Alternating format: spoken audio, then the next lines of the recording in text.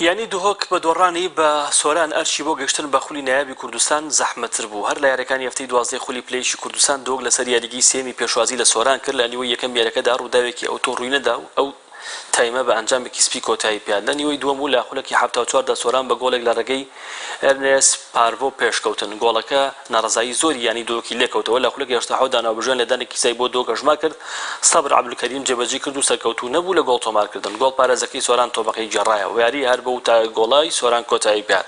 بەم شێوەیە دۆک بە حەڤە خاڵەکەی پاشەکشەی کرد بۆ خانەی پێنجەمی ڕیزبەندی و ئەرکی خۆی بۆ گەیشتن بە نایاب کەمێک قورس کرد. سۆرانیش هیوای بۆ مانەوە لە خولەکە زیندوو بیەوە و بە 10 خاڵ چووە خانەی 13هەمی ڕیزبەندی.